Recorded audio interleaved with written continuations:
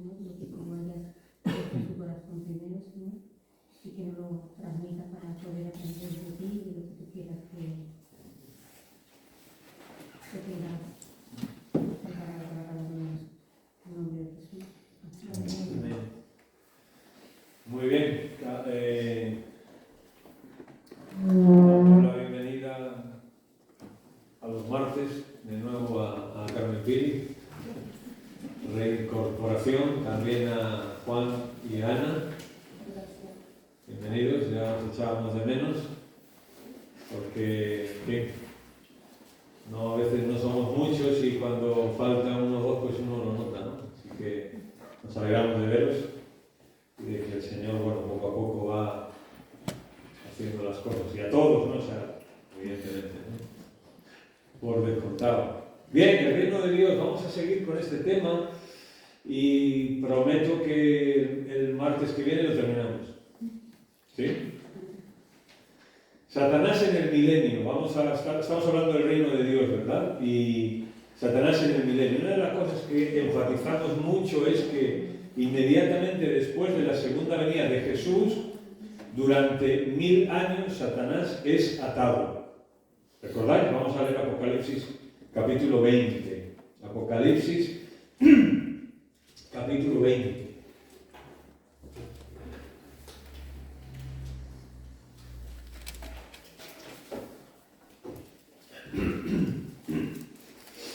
Allí tenemos inmediatamente antes la segunda venida de Cristo a la tierra, viene y nos dice el 1 del 20, vi a un ángel que descendía del cielo con la llave del abismo y una gran cadena en la mano, y prendió al dragón, la serpiente antigua, que es el diablo y Satanás, y lo ató por 1000 años.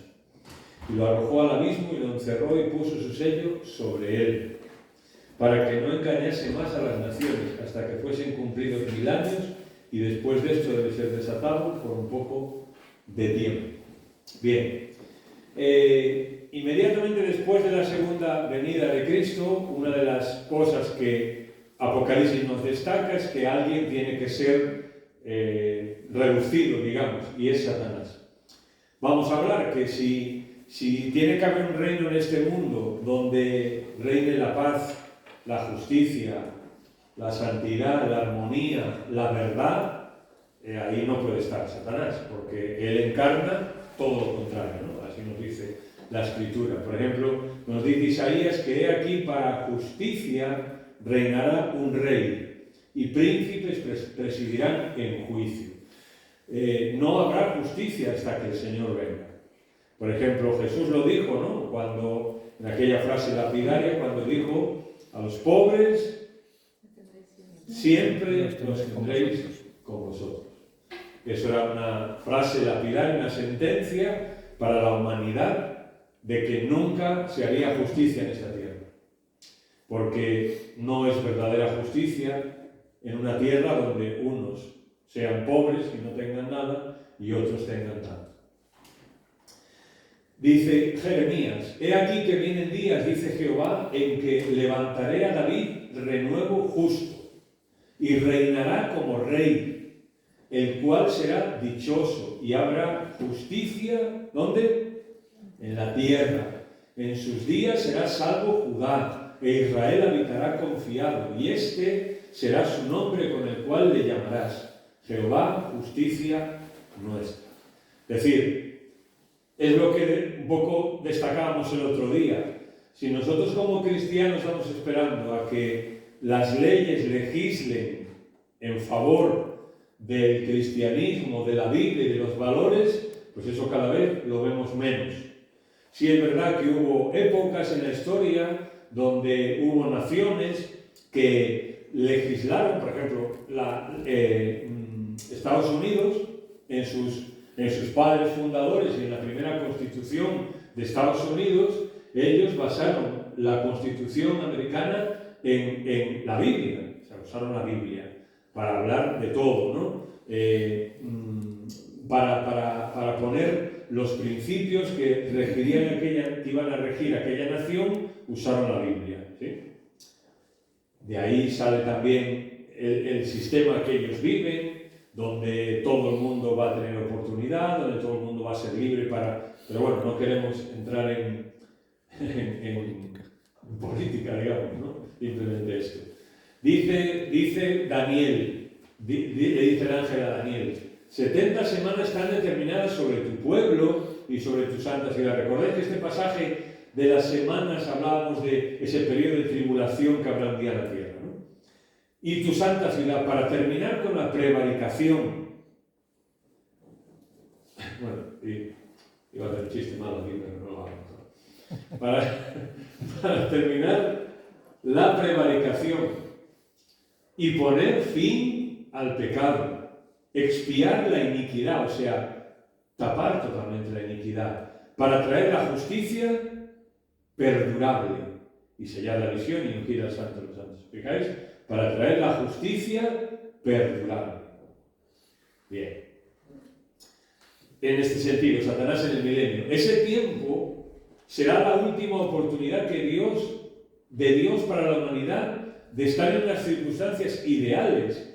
Es decir, el milenio, lo que provee a los habitantes del milenio son unas circunstancias ideales. ¿Por qué? Pues porque va a haber justicia, va a haber paz, no va a haber maldad, no va a haber una serie de cosas, ¿no? Para que el hombre pueda de verdad sentir que es pues vivir en armonía, ¿no? Y en tranquilidad y en paz, etcétera, etcétera. De esto vamos a hablar también, ¿no? Como siempre, no lo va a aprovechar. No lo van a aprovechar. Lo que aparentemente tendremos que ver es que al final del milenio, cuando Satanás es soltado, de nuevo una multitud, o la mayoría, digamos, se vuelve a oponer a Dios. Vuelve a querer vivir como quieren, etc., y rechazan ese periodo que es la última oportunidad que Dios les da, ¿no? Y se rebelan contra Dios, ya lo hemos leído y lo vamos a ver más en detalle. Toda fuente externa de tentación tiene que ser eliminada en el milenio. Si va a haber una justicia perdurable, va a haber paz, va a haber una serie de cosas que vamos a ver esta noche, la tentación externa se tiene que eliminar. Y eso es lo que se elimina. ¿A quién se elimina? A Satanás de la escena. Sabemos que cuando, por ejemplo, Adán y Eva estaban en el Edén, independientemente de ellos, no vamos a entrar en eso, pero la Biblia nos dice que hubo una tentación externa. O sea, alguien que no eran ellos, que vino a tentarles, a inducirles, etc., ¿no? Aunque luego ellos tomaron su decisión y la Biblia no los disculpa. No sé si me estoy explicando con esto de la tentación que tiene que ser eliminada. Para demostrar lo que es estar fuera de la influencia satánica. El milenio es el primer momento que tenemos en la historia, perdón, el segundo momento que tenemos en la historia donde nos muestra qué es estar fuera de la influencia de Satanás. Un tiempo en el Edén, al principio, no sabemos cuánto, no nos dice la Biblia cuánto, Adán y Eva tenían estaban fuera del radio, ¿no? de Satanás en un sentido, y tuvieron un tiempo de armonía y de comunión con Dios. Luego vino Satanás y lo estropeó. Bueno, el milenio es otro momento de esos, donde se demuestra lo que es estar fuera de la influencia satánica. Y vamos a ver, cuando de verdad entremos en el milenio, que habla mucho la Biblia de las condiciones del milenio, cómo va a ser la vida ahí. Así que para que pueda haber una manifestación de la justicia y un periodo de paz, la fuente de tentación externa tendrá que ser atado. Su acción. O sea, cuando esto lo vimos de paso, cuando dice que lo ató, ¿no? Hay varias interpretaciones, hay gente que dice, bueno, que su influencia está, no sé qué, pero el texto es claro, que lo ata para que no engañe a las naciones. Te lo especifica muy claramente que aunque Satanás no se le va a aniquilar ni nada por el estilo, va a seguir existiendo, pero su influencia de engañar es quitado. ¿Sí? En la Biblia uno de los títulos más importantes, digamos, o más que más caracteriza a Satanás es: él es el padre de la mentira. Por tanto, él va a ser atado para que no pueda hacer esa función durante el milenio. Creemos que durante el milenio Satanás será atado y quitado de toda manifestación en el mundo. O sea, no podrá...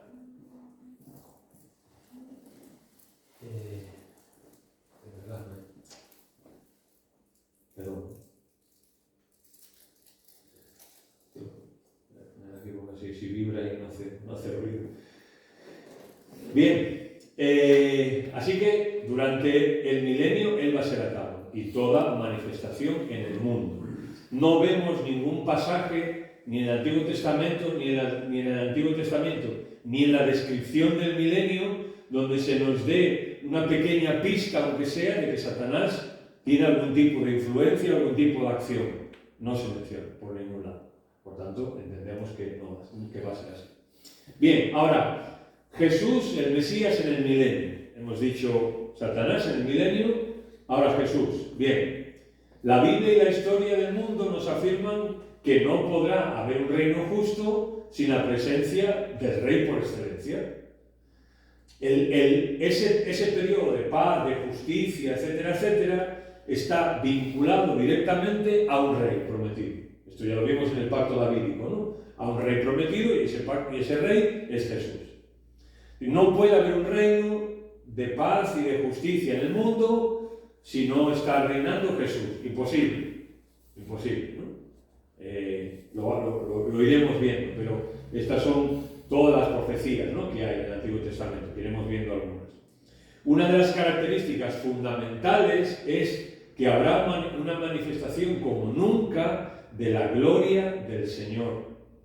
Es uno de los motivos uno de los propósitos fundamentales es que la tierra será llena de la gloria de Jehová a través de la persona de Jesús. En este sentido hay un libro que no sé cómo andas de lectura, todo eso, pero no es un libro fácil de leer, pero es un libro que escribió Luis Carballosa y el libro se llama Cristo en el Milenio. Cristo en el Milenio. Y él habla mucho en ese libro, hace mucho énfasis en que uno de los propósitos del milenio es revelar la gloria de Cristo. Las virtudes del Rey, los atributos del Rey, la capacidad de reinar del Rey, los derechos del Rey. Él habla mucho de eso, es un libro, es denso, pero sí, vale la pena leer. Los atributos de Dios serán revelados como nunca en la persona de Jesús para que pueda ser glorificado. ¿Sí? El centro del milenio, vamos a ver que es el Rey y también Jerusalén. Porque la promesa es que el Rey reinaría en Jerusalén, en la ciudad santa. Por tanto, en el milenio, Jerusalén será el centro del mundo, digamos. Y Jesús estará reinando allí, pero para todas las naciones. Vale, avancemos. Ahora, el carácter espiritual del milenio. El carácter espiritual. Esto no lo queremos dejar de mencionar porque, aún entendiendo que habrá muchas bendiciones materiales en el milenio, sobre todo será espiritual, aunque exista en la tierra. Esto, si os acordáis, decíamos que, por ejemplo, personas que no creen en el milenio y empezaron con la posición doctrinal del amilenarismo, o sea, que no habrá milenio, uno de los problemas que ellos tenían, por ejemplo, San Agustín y otros, era que, hombre, que estábamos hablando de que parecía que era un reino terrenal simplemente. Y él decía, el reino, la carne y la sangre no pueden heredar el reino de Dios. Y por tanto ellos pensaban y decían, el reino de Cristo no puede ser un reino material, tiene que ser un reino espiritual, y de ahí surgió. Bien, nosotros no queremos esto, pero sí creemos que las bendiciones durante el milenio no solo van a ser materiales, van a ser sobre todo espirituales. Esto es como pensar en el cielo, que va a ser un sitio fantástico porque ya no va a haber dolor, no va a haber pecado, etcétera, etcétera. Y ese es un error. El cielo no va a ser un sitio fantástico porque no va a haber pecado, ¿no? ¿Por qué va a ser un sitio fantástico el cielo? Porque Jesús está allí, porque Dios está allí, sea, Él va a ser el centro, no es que, vale, es verdad que se mencionan las bendiciones que una persona recibe, pero el centro es Dios. Y si el cielo es cielo es porque Dios está. ¿Y qué más da que esté en un sitio o en otro, sea de una forma o de otra? Él va a estar allí, y eso es lo importante, ¿no? Así que es el carácter espiritual, es la bendición, sobre todo espiritual. Y cuando pensamos en esto, podemos entender mejor que después de los 1000 años haya gente pues que no quiera comprar eso. Y cuando tenga que escoger, cuando Satanás se sea suelto y haya una tentación externa y tenga que escoger entre bendición espiritual y posibilidad de bendición material, ¿qué va a pasar? Pues que muchos van a preferir la material. ¿Está? Jesús dijo muchas veces, ¿no? Donde esté vuestro tesoro, allí está vuestro corazón. Y habló a los discípulos y les dijo, no a la gente que no creía en Dios y eran ateos, no, a los discípulos. Les dijo, la abundancia, la vida del hombre no consiste en la abundancia de bienes que éste posea. O cuando habla de que tenemos que, bienaventurados porque nuestros nombres están escritos en el libro de la vida, por ejemplo. O sea, podemos mencionar muchos textos donde se nos dice a nosotros también que el cielo va a ser un sitio de bendiciones espirituales, sobre todo, ¿no? Espiritual, claro, dejadme hacer un paréntesis, ¿no? Porque nosotros lo espiritual lo achacamos a lo contrario de lo material, ¿no? Pero porque vivimos en pecado y porque el pecado hoy nos afecta. Pero posiblemente el día que estemos con el Señor, esa diferencia no exista. Y lo espiritual es todo. No es que, en el cielo a ver lo material, lo espiritual, no se dice eso. Pablo en Corintios 15 habla de eso precisamente, ¿no?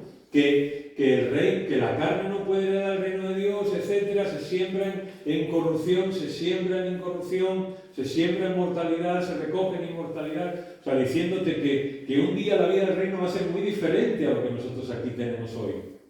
Ahora, ¿podemos explicarlo? Todo, pues buena suerte, ánimo. No lo podremos explicar todo, pero sí tenemos que hacer énfasis en esto, ¿no? En que el reino milenial, tal y como lo vemos cuando Jesús reine, no va a ser principalmente un sitio donde que no falta de nada y hay para todo el mundo y tal. No va a ser simplemente un sitio de cosas, ¿no? Sino de bendiciones espirituales. El sentido espiritual tendrá que parecerse mucho al carácter espiritual que la tierra tenía antes del pecado. Esto ya lo hemos mencionado, ¿no? Y luego cuando lleguemos al capítulo 21, donde tenemos los cielos nuevos y la tierra nueva, nos vamos a dar cuenta que ese cielo que nosotros a veces vemos montados en una nube con las alitas volando, pues resulta que no es así. Que ese carácter espiritual del reino, del milenio, se parece mucho al propósito original que Dios tenía con Adán y Eva, donde les dio un mundo para administrarlo, les dio una tierra, llenó la tierra de cosas, de animales, de la vegetación, del mar, de todo, para que ellos administraran la tierra, para que ellos se relacionaran, para que ellos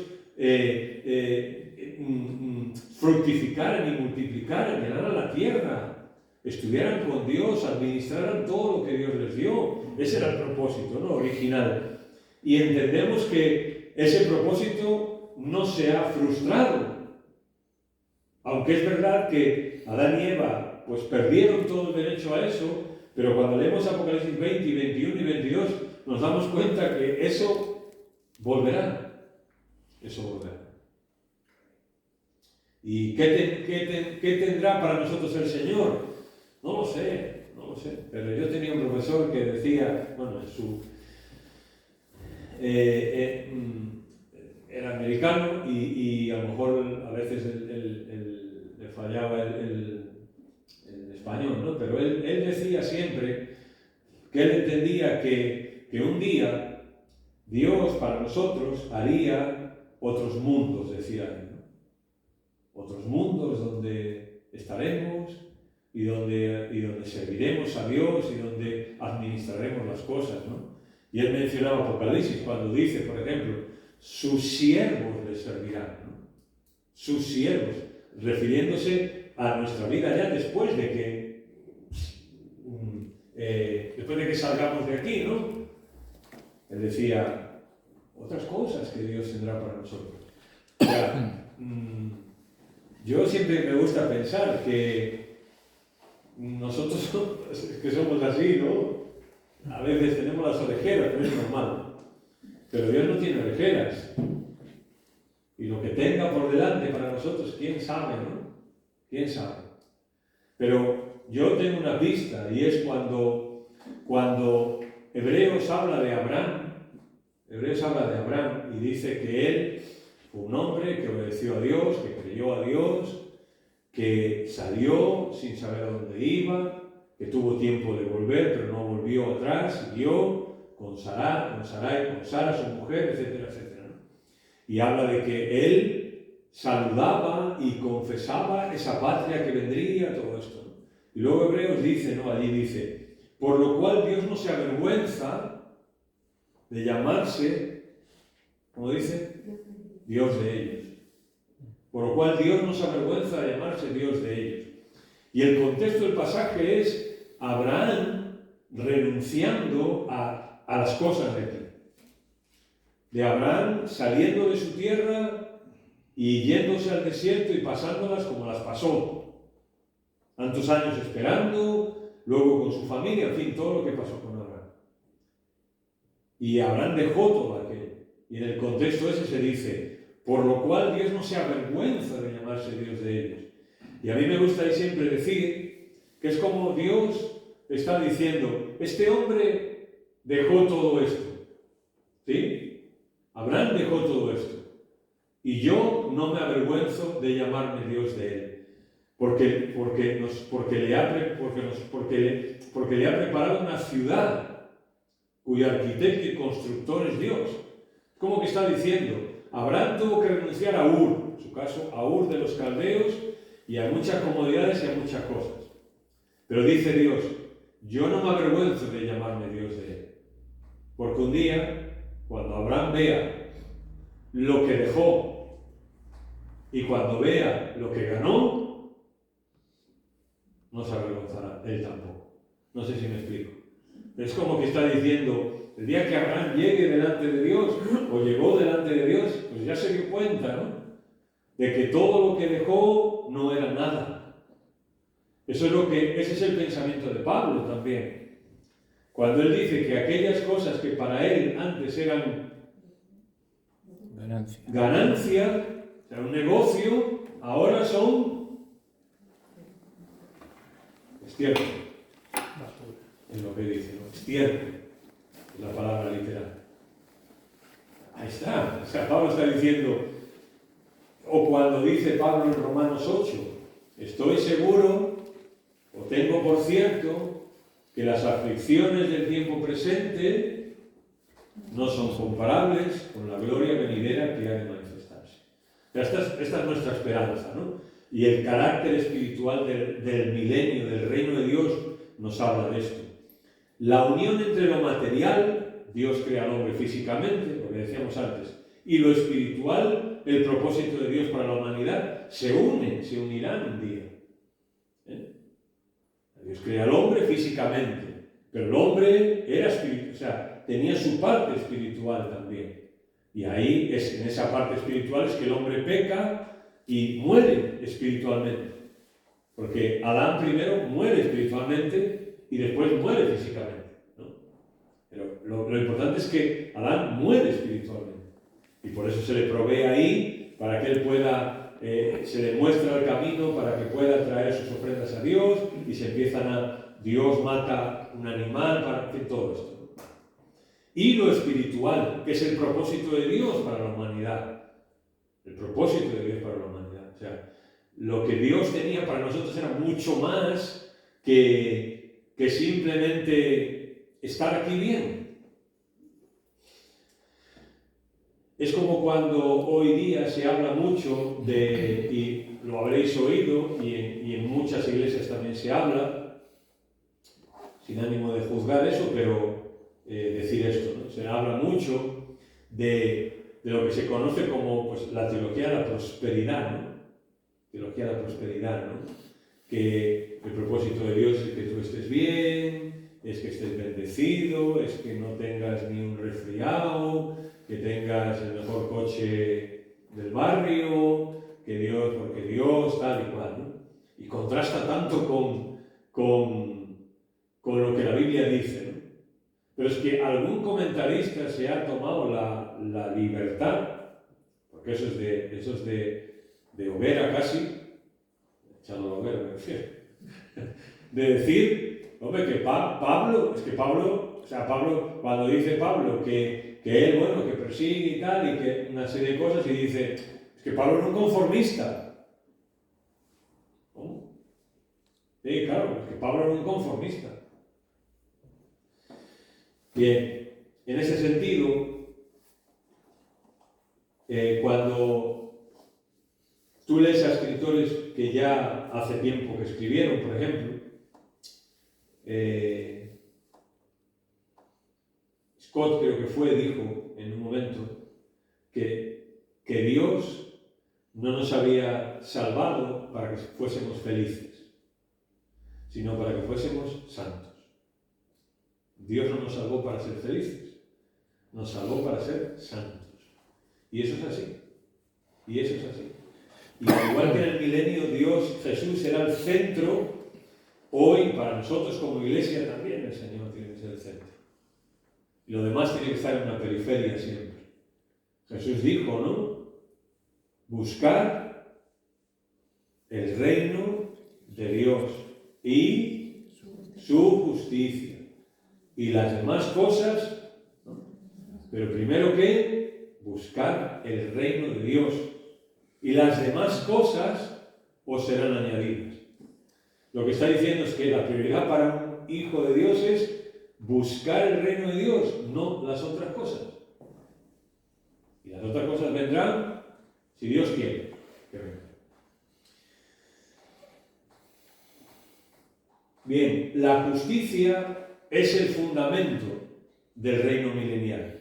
La justicia es el fundamento. Las palabras claves del milenio serán justicia y paz. Isaías, lo vamos a ver, lo repite mucho. Justicia y paz. La segunda es consecuencia de la primera. Cuando hay justicia, ¿el resultado cuál es? Pues que hay paz. Si no hay justicia, no puede haber paz. Bien. El Mesías dice, habitará en morada de paz y en habitaciones seguras y en recreos de reposo. Pero sobre todo, el Mesías habitará en morada de paz. Cuando Jesús el Mesías, esté en la tierra y esté en Israel, eso será una morada de paz, cuando Él esté ahí. Se cumplirán las palabras, la misericordia y la verdad se encontraron, la justicia y la paz se besaron. Mirad, ya lo hemos dicho, ¿no? Un poco mencionarlo así de pasada, ¿no? Pero Jesús, cuando él realmente esté reinando, las cosas van a ser muy diferentes. A veces nosotros la imagen que tenemos de Jesús es alguien que lo mataron en una cruz, y nosotros en un país católico como el que vivimos, pues eso lo tenemos muy, muy fresco, ¿no? Muchas veces, ¿no? Pobrecito Jesús, lo que le hicieron, tal, que está en la cruz, esto, lo otro, y que, bueno, muy humilde, y es verdad. Pero una de las cosas que tenemos en la profecía es que cuando Jesús venga a la tierra, va a reinar de verdad. Y la justicia y la paz se besan. Es decir, no puede haber paz sin justicia, y Jesús vendrá en ese sentido. Dice, por ejemplo, Jerusalén. ¿Qué ocurrirá en Jerusalén? Por amor de Sión no callaré, y por amor de Jerusalén no descansaré, hasta que salga como resplandor su justicia, y su salvación se encienda como antorcha. Entonces verán las gentes tu justicia, y todos los reyes tu gloria, y te será puesto un nombre nuevo que la boca de Jehová nombrará. Entonces dice, verán las gentes tu justicia. Pero ahí ya no la va a administrar nadie, sino la va a administrar Jesús, que es el Rey. Ya no van a administrar a reyes, sino lo va a administrar Él. Dice Isaías también, dice que Sión será llamada ciudad de justicia y será llena de juicio y de justicia. Si recordáis, cuando en un momento dado, antes de que el milenio ocurra, Apocalipsis está viendo lo que ocurre en el cielo y hay una imagen donde en la tierra están ocurriendo una serie de juicios de parte de Dios y en la tierra se está maldiciendo a Dios por esas plagas y por esas cosas, pero en el cielo hay un cántico, ¿recordáis, no? ¿Qué decía el cántico? Justos y verdaderos son tus juicios, tus caminos. En el cielo hay ya otra visión distinta. En el cielo aquellos que están allí ya están viviendo el reino de Dios de alguna forma y su visión es totalmente otra, ¿no? Es totalmente otra. Bien, Jesús es la justicia. Jesús es la justicia. Dice que reinará con justicia. Eso se repite vez tras vez, porque yo creo que es el clamor, siempre ha sido el clamor de la humanidad, ¿no? ¿Cuándo va a haber justicia? ¿Por qué no hay justicia? Ese siempre es el clamor. Cuando se piensa en una cosa, en otra, siempre se dice, no, ¿por qué no hay justicia en la tierra? Y cuando pensamos en los gobiernos, ¿y por qué hacen lo que le da la gana? O cuando pensamos que un político roba, decimos, vaya tela, y eso es algo que indigna mucho a la gente, ¿no? Hoy, por ejemplo, estaba yo escuchando la radio y estaban sacando como una especie de encuesta, digamos, ¿no? A pie de calle. Y me llamó la atención que le estaban preguntando a la gente que de algunas cosas que este gobierno había hecho, o sea, el gobierno nuestro, ¿no? de España ahora mismo, pues soltar a los independentistas, la malversación, la sedición, todo eso y tal, y la ley esta del sí es sí, ¿no? Y le preguntaban a la gente que qué era lo que más le indignaba. Y curiosamente a la gente lo que más le indignaba era lo de la ley del sí es sí. Y la gente le decía, bueno, pero a ti no te importa que un político ahora ya no lo juzgue porque ha robado. Y mucha gente decía, hombre, no, me da igual. Decía alguna gente, decía, me da igual. Si están fuera, si están dentro, si hacen lo que sea. Decía, pero lo que es una injusticia es que una persona que ha violado a otra, a un hombre que ha violado a una mujer y algunas veces hasta la ha matado, que salga a la calle como si nada, ¿no? Eso sí que es una injusticia, decía la gente, ¿no? Y esto es lo que estoy intentando transmitir, ¿no? Que hay muchas cosas que a uno lo enervan, ¿no? Pues a uno, a lo mejor, la guerra, o a otro, no sé, cada uno tenemos nuestras cosas, ¿no? Que no es justo. Yo me acuerdo de Israel de niño, de pequeño, ¿no? Pues él era su frase favorita. Le decía, esto no es justo. Y se cruzaba así de brazos, le agachaba la cabeza y decía, esto no es justo. Cuando él veía alguna injusticia, algo así, se ponía todo. Y es verdad, hay tantas cosas, ¿no? que no vemos justas. Cosas que nos hacen, injusticias que nos hacen, injusticias que nosotros también hacemos a los demás, porque ¿quién es justo y siempre hace las cosas con justicia? Pues nadie, ¿no? Jesús dice, la justicia será el cinto de sus lomos, o sea, el abrigo, digamos, con el que se cubra, ¿no? Con justicia juzgará a los pobres. ¿Recordáis, no? Jesús dijo, a los pobres siempre lo tendréis con poder. pues cuando Jesús venga, esté reinando, con justicia juzgará a los pobres. A los pobres. Eso está demostrado, que hoy por hoy, por ejemplo, con casi 8.000 millones de personas, bueno, no, somos ya 8.000 millones de personas en el mundo, hay para todo el mundo. Esta tierra, de momento, tiene recursos para todos. Y sin embargo, pues vemos cómo hay gente que no tiene nada que llevarse a la cabeza, a la boca, perdón, no tiene nada que llevarse a la boca, y en otras partes del mundo, pues nosotros vivimos como vivimos, ¿no? Hay gente que no sabe qué va a comer hoy, y nosotros no sabemos qué nos vamos a poner hoy, si una camisa blanca, si amarilla, si el pantalón este o el otro. Es increíble, ¿no? No sé si lo habéis pensado alguna vez eso. Pero Jesús acabará con todo eso. Dice que, una cosa que me llamó la atención, apresurará la justicia. Apresurará la justicia. O sea, cuando el Señor venga, se acabó la burocracia. Cuando Jesús venga, se acabará la burocracia. Apresurará la justicia. O sea, lo que quiere decir es que la justicia no va a ser lenta y desesperante como ahora. No. Rápido. Justicia. Los gentiles, es decir, las naciones dirán, Jehová reina, juzgará a los pueblos con justicia. A las naciones, aun cuando después se van a rebelar, cuando estén bajo el reinado de Jesús, dirán eso. Dirán, pues por fin, ¿no? Hay justicia. Dice, porque como la tierra produce su renuevo y como el huerto hace brotar su semilla, así Jehová el Señor hará brotar justicia y alabanza delante de todas las naciones. Bien, avanzamos. También el reino milenial será un reino caracterizado por la obediencia. Es decir, un reino con obediencia de parte de sus súbditos fue el plan de Dios desde el principio, siempre. Esto lo mencionamos ya el martes pasado. Cuando Dios pone a Adán y Eva en el mundo, su propósito era que ellos obedecieran a Dios.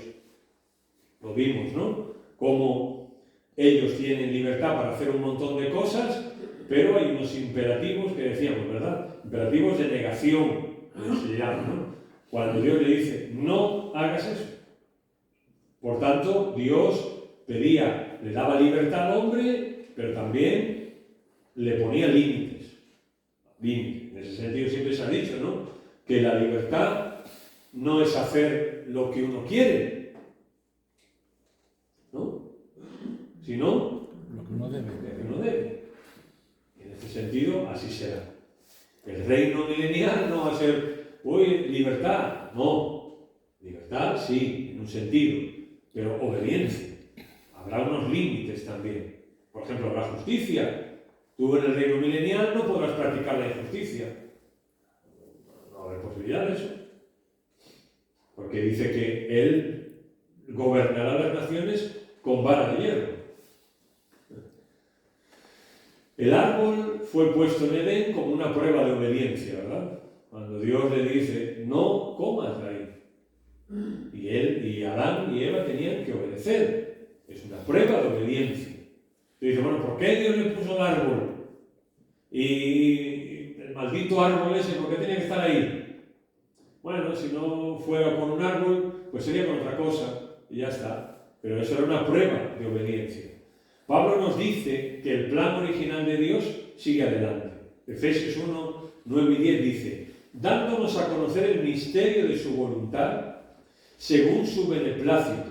Mirad, el cual se había propuesto en sí mismo de reunir todas las cosas en Cristo, en la dispensación del cumplimiento de los tiempos, así las que están en los cielos como las que están en la tierra.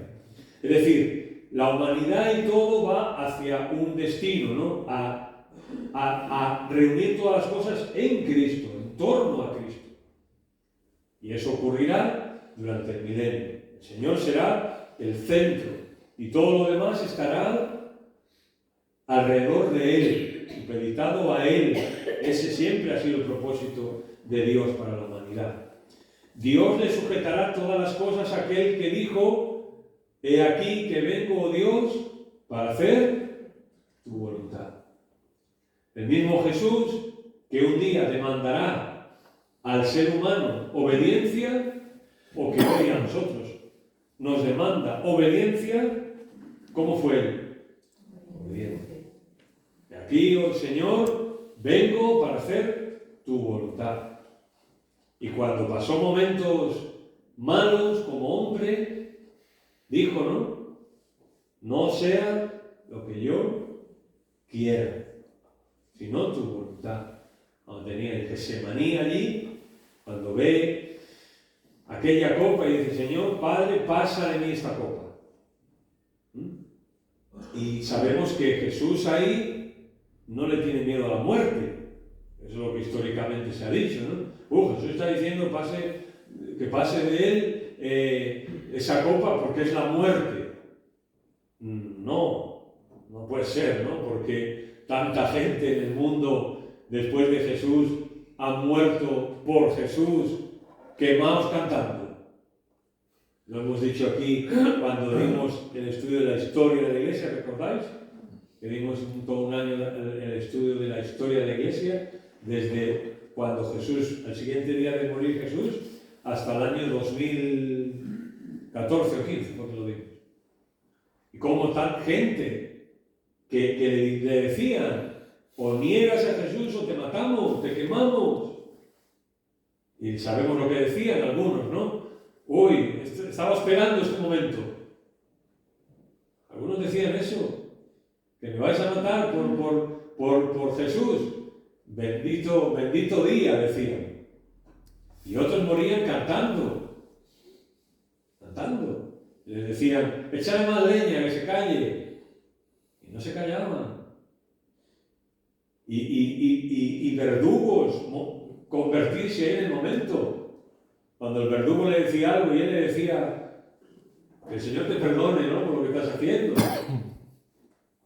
Tantas cosas. Y esa gente murió por su fe, pero con alegría. ¿Y Jesús le tenía miedo a eso? No. Así que, ¿qué es lo que ocurre allí cuando Jesús dice: pase de mí esta copa? Esa copa es el cáliz que se llama, ¿no? Esa copa es el cáliz donde estaba la ira de Dios por el pecado. O sea, en esa copa estaban tus pecados y los míos.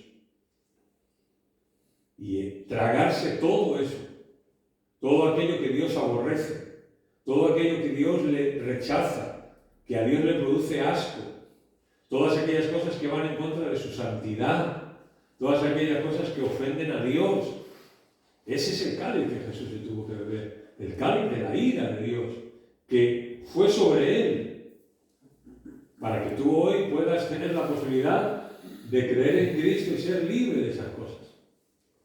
Y no tener que sufrir la muerte eterna, no tener que sufrir el infierno. Jesús estaba ahí orando por eso. Padre, si es posible, pero que se haga tu voluntad. Porque lo sabemos, porque Él dice que cuando fue hacia Jerusalén, tenía que ir hacia Jerusalén ya, dice que afirmó su rostro.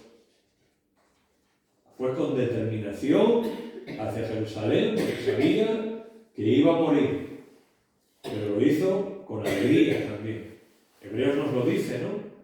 Por el gozo puesto delante de Él, sufrió la cruz. Así que Jesús dijo: he aquí que vengo, Dios, para hacer tu voluntad. Y el milenio será un reino caracterizado por la obediencia. Hacer la voluntad de Dios en el milenio se facilitará grandemente por varias razones. ¿Por qué en el milenio va a ser más, la obediencia va a ser una característica? Bueno, mirad, primero, mediante el cumplimiento del pacto nuevo, el nuevo pacto, Israel tendrá corazón y mente renovados, de manera que pueden tener la ley de Dios en su interior. Jeremías 31 habla de que Dios hace un pacto nuevo con la nación de Israel que se va a cumplir durante el milenio.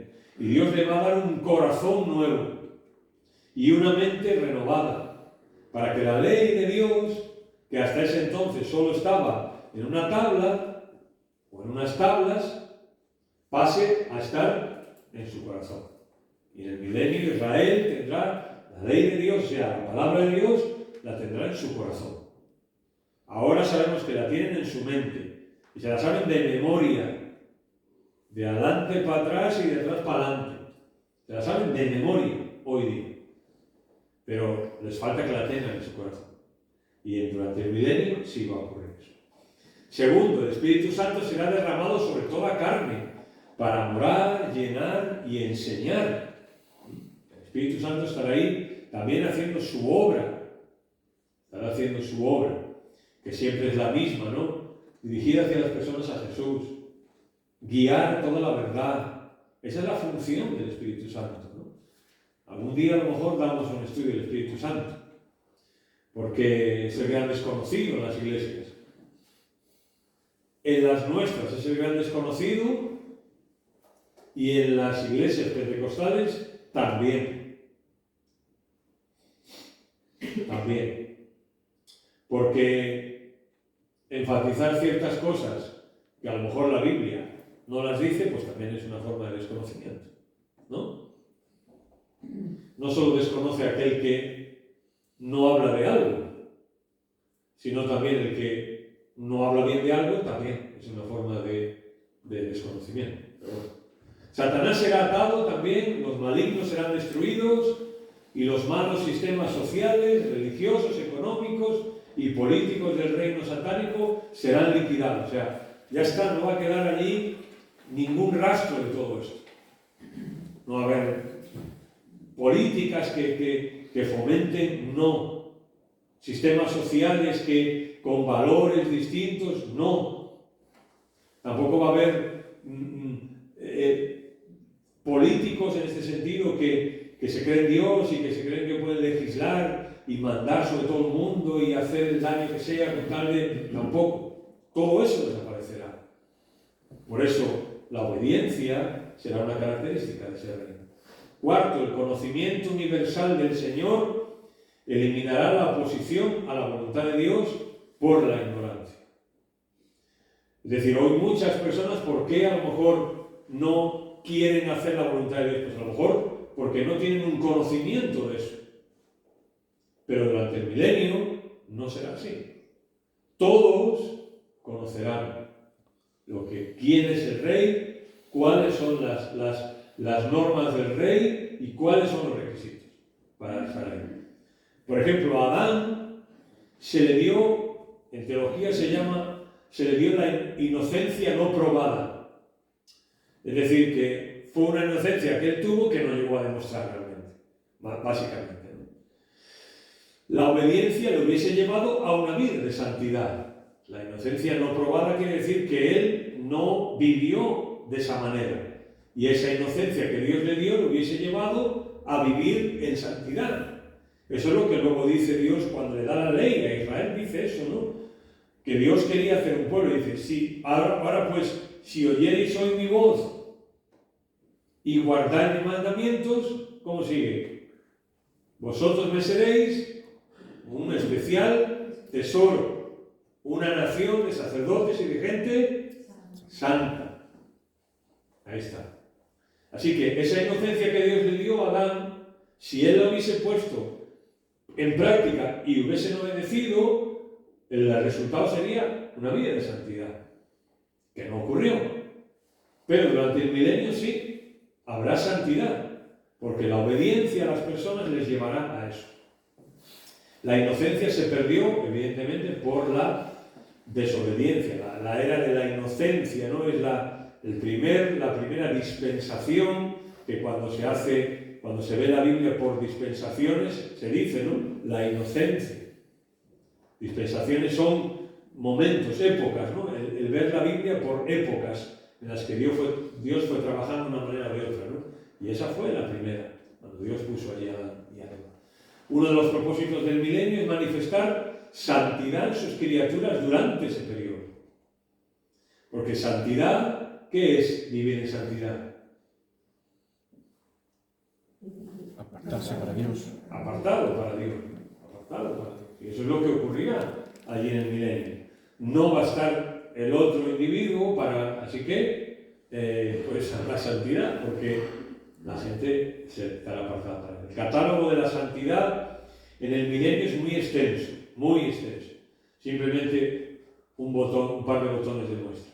Dice, y haré notorio mi santo nombre en medio de mi pueblo Israel. Y nunca más dejaré profanar mi santo nombre. Y sabrán las naciones que yo soy Jehová, el Santo de Israel. Y esto ocurrirá. Y al final del milenio, cuando Satanás sea soltado y muchos salgan en contra de Dios, ¿qué ocurrirá? ¿Permitirá eso Jesús? No. Y ahí lo dice. No permitiré más que nadie profane mi santo nombre. Y al final cuando dice, ¿no? Subieron sobre la anchura de la tierra y rodearon el campamento de los santos y la ciudad amada de Dios, y la ciudad amada, y de Dios descendió fuego del cielo y los consumió. Dios no permitirá jamás ya que nadie profane su nombre. Hoy sí lo permite. ¿Qué no quiere decir que no tengamos que dar cuenta a Dios si profanamos el nombre de Dios? ¿Vale? No quiere decir que no tengamos que dar cuenta. En aquel día, dice Zacarías, fíjate, es muy interesante esto, ¿no? Ver que es una figura de hace miles de años. En aquel día estará grabado sobre las campanillas de los caballos, santidad a Jehová, y toda olla en Jerusalén. Y Judá será tan santa como los vasos sagrados de la casa de Jehová. Los vasos sagrados de la casa de Jehová eran los vasos que se hacían especialmente para eso. No eran unos vasos que, oye, yo tengo este vaso que me regaló mi abuela y es muy bonito. No valían. Tenían que salir del alfarero mismo, sí. O sea, tenían que salir de la casa del alfarero al templo.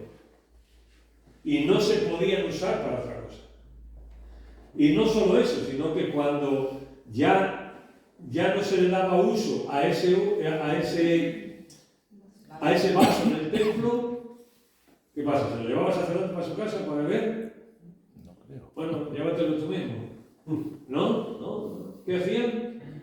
Se rompía, se destruía. Porque eso era algo exclusivo para el servicio en el templo. Dice que y Judá será tan santa como los vasos sagrados de la casa de Jehová. Es decir, que no habrá otra vida ni otra ocupación, sino vivir para Dios durante el milenio.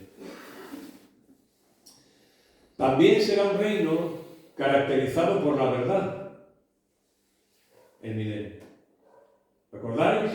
Es causa de juicio que hizo el hombre, que dice Pablo en Romanos, cambiaron la verdad de Dios por la mentira. Cambiaron la verdad de Dios por la mentira. ¿Recordáis este pasaje, no? En Romanos. Jesús dijo, yo soy el camino, la verdad y la vida. Pero el hombre que hizo ante esa oferta, cambiaron la verdad por la mentira. La cambiaron a Jesús por otras cosas. Hagamos un breve resumen de la verdad durante el milenio. Primero, Cristo, el siervo de Jehová, traerá justicia por medio de la verdad. De nuevo, justicia como resultado paz. Pero para que haya justicia, la justicia tiene que estar fundamentada en la verdad. Si no, no hay verdadera justicia.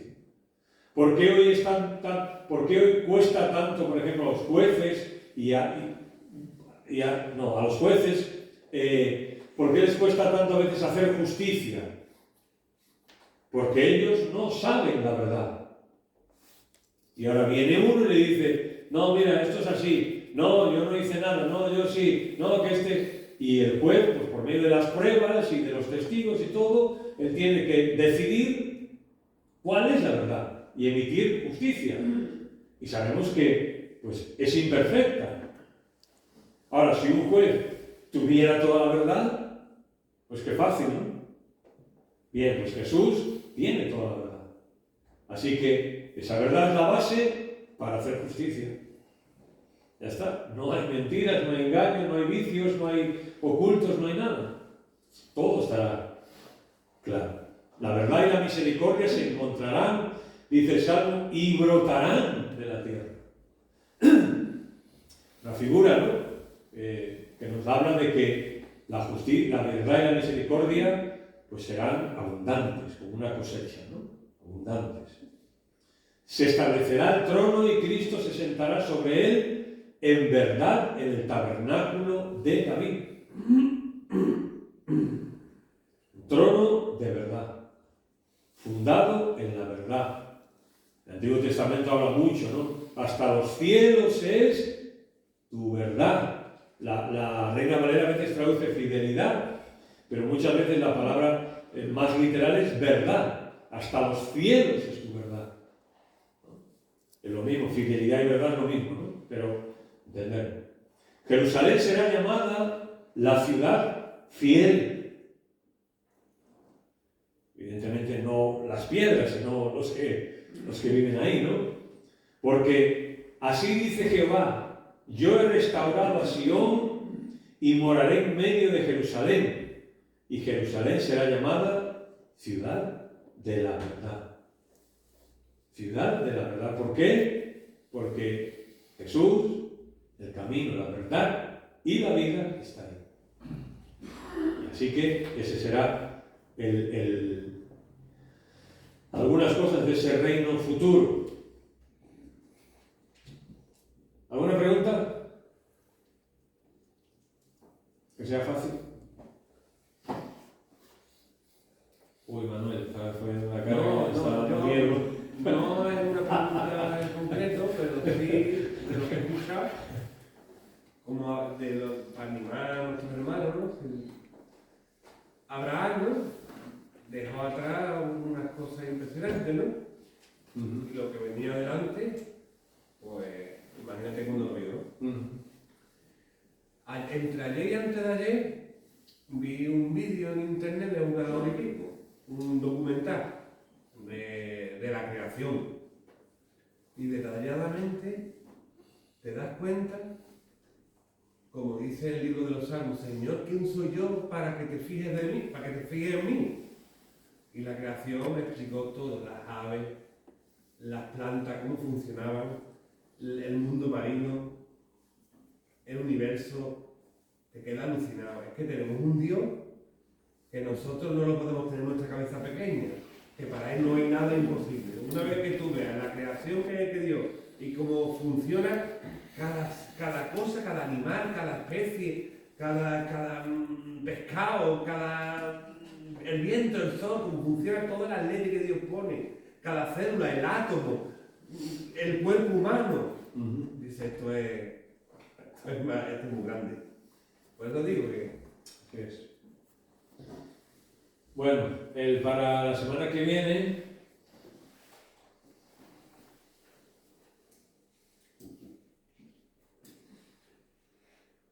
en un futuro tal vez lejano, imagínate una tierra y unas condiciones donde el tirano Satanás, al mando del imperio del mal, ya no esté para engañar, matar o esclavizar.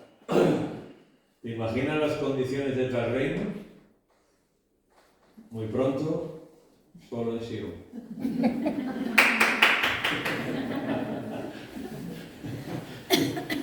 No encontré el que pasa así como pero bueno, hace las funciones. Bien, vamos a orar. Señor, gracias por tu palabra en esta noche. Siempre tu palabra nos anima, sobre todo al pensar en todo lo que nos espera. Señor, hay hermanos nuestros, familiares nuestros, Señor, que ya están allí disfrutando de aquello todo, y nosotros también sabemos que un día vamos a estar allí. Así que, Señor, nosotros te agradecemos por esa esperanza que tenemos y te bendecimos por ello, Señor. No lo vamos a tener porque nosotros hayamos hecho nada, sino porque tú has tenido misericordia de nosotros, Señor. Y anhelamos ese día en el cual la misericordia y la verdad se juntarán y se besarán, Señor. Y cuando estemos contigo, disfrutar de todas estas cosas y muchas más que ni siquiera imaginamos, Señor. Y que eso nos anime como a Abraham lo animó, el confesar eso que venía, el saludarlo, el vivirlo ya de alguna manera, Señor. Y aunque tengamos todavía nosotros que arrastrar nuestros pies aquí en este suelo, pero que nuestro corazón ya se pueda elevar cada día, Señor. Y damos gracias también porque un día cuando podamos ver todo lo que tú, como dice Pedro, tienes reservado para nosotros, pues comprobaremos que tú no te avergonzarás de llamarte también Dios nuestro. Gracias, Señor, por esa esperanza. Y te alabamos, Señor, por tu palabra. En Jesús. Amén.